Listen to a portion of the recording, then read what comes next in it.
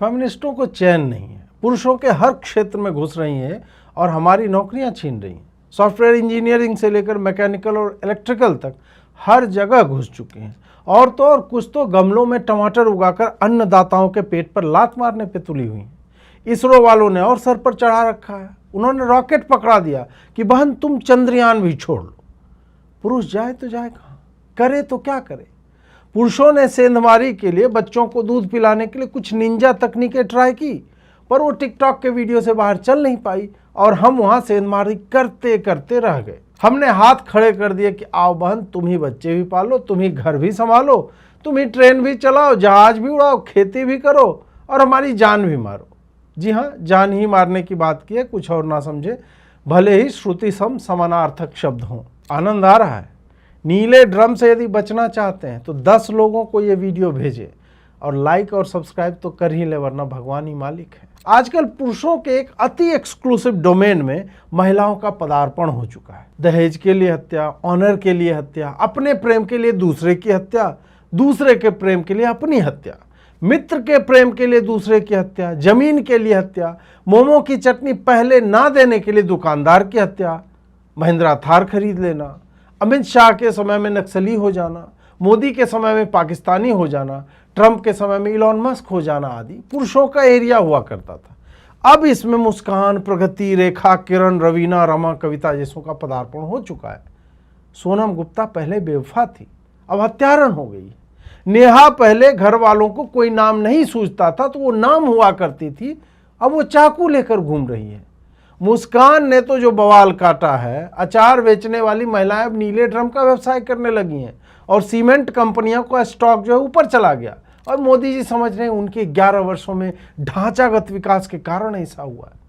हनी सिंह बताते हैं कि दीदिया का देवर नजर डाल रहा है और चोली के भीतर की चिजुरिया जो चखना चाहता है, हो रहा है उल्टा।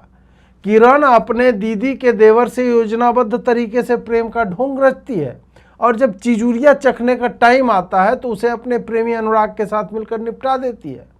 आप बताइए कि रमनते तत्र देवता कैसे होगा यदि यत्र नार्यस्तु नील रमाः परिभ्रमंते करती रहेंगी। आम आदमी क्या कर रहा है, सुबह उठता है, नाश्ता करता है, ऑफिस जाता है, ऑफिस से आता है, सो जाता है।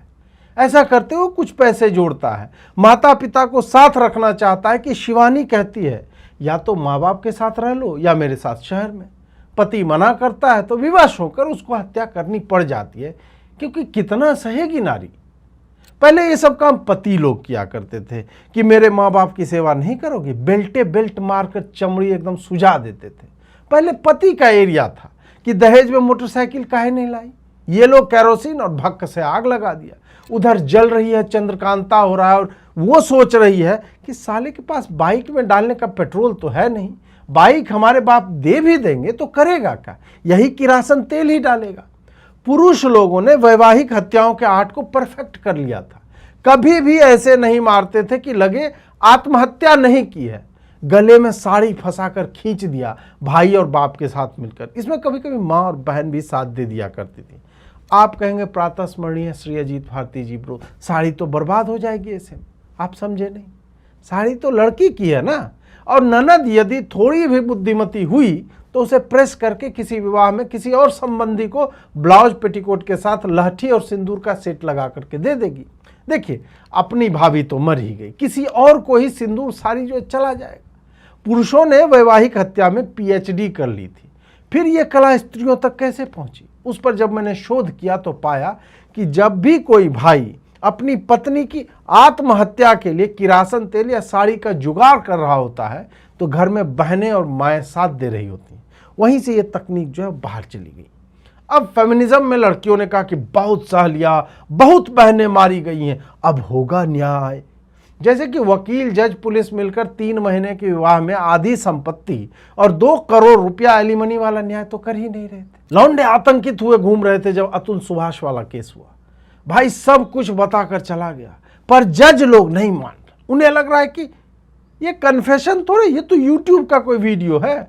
उन्होंने लाइक करके, सब्सक्राइब करके नोटिफिकेशन आइकन जो है दबा लिया कि अतुल भाई एकदम रियलिस्टिक वीडियो बनाते हैं, घंटा मिस्टर बीस्ट बनाएगा। बहुत दिन नहीं आए तो पूछे मर ही गया क्या मेथड एक्टर, पैसे बर्बाद। लड़की को डांटा कि सोने के अंडे देने वाली मुर्गी की कहानी बचपन में नहीं पढ़ी हो क्या?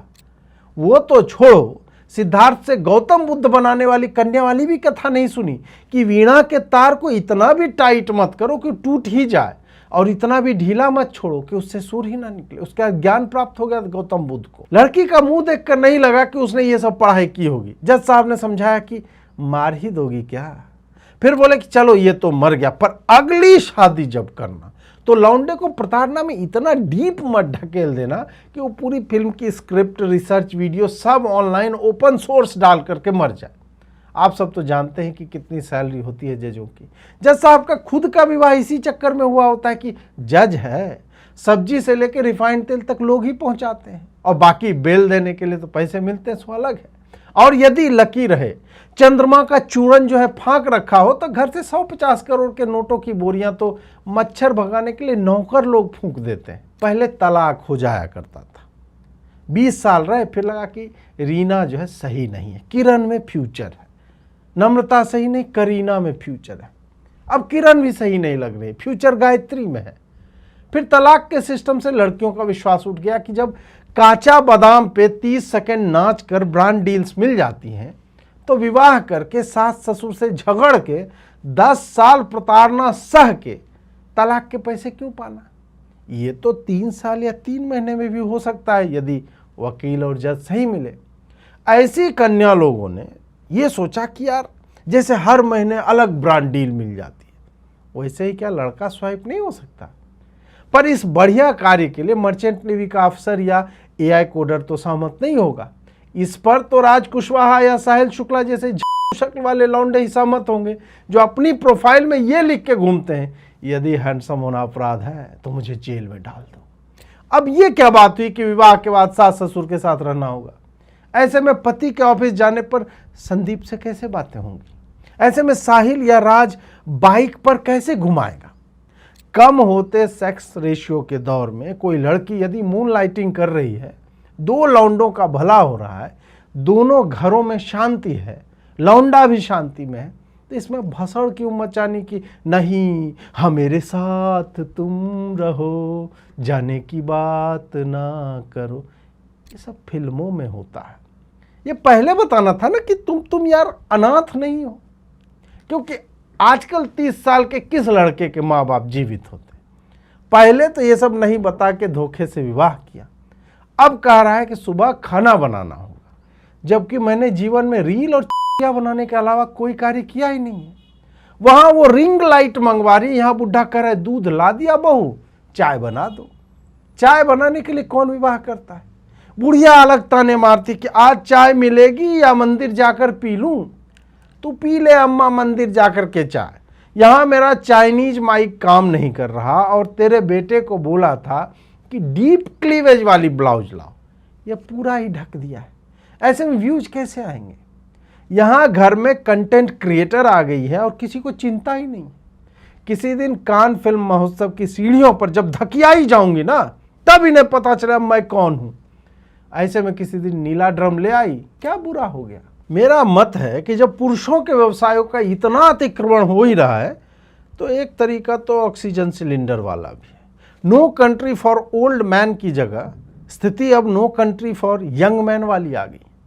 ऑक्सीजन सिलेंडर से फायदा यह है कि आपको लगेगा कि आपको जीवन देने हेतु पत्नी ने यह उपक्रम किया है। आपको लगेगा कि वायु प्रदूषण बहुत अधिक है, आप AQI देखने लगेंगे।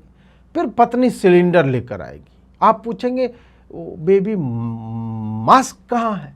वो कहेगी प्योर ऑक्सीजन है, बिना मास्क वाली।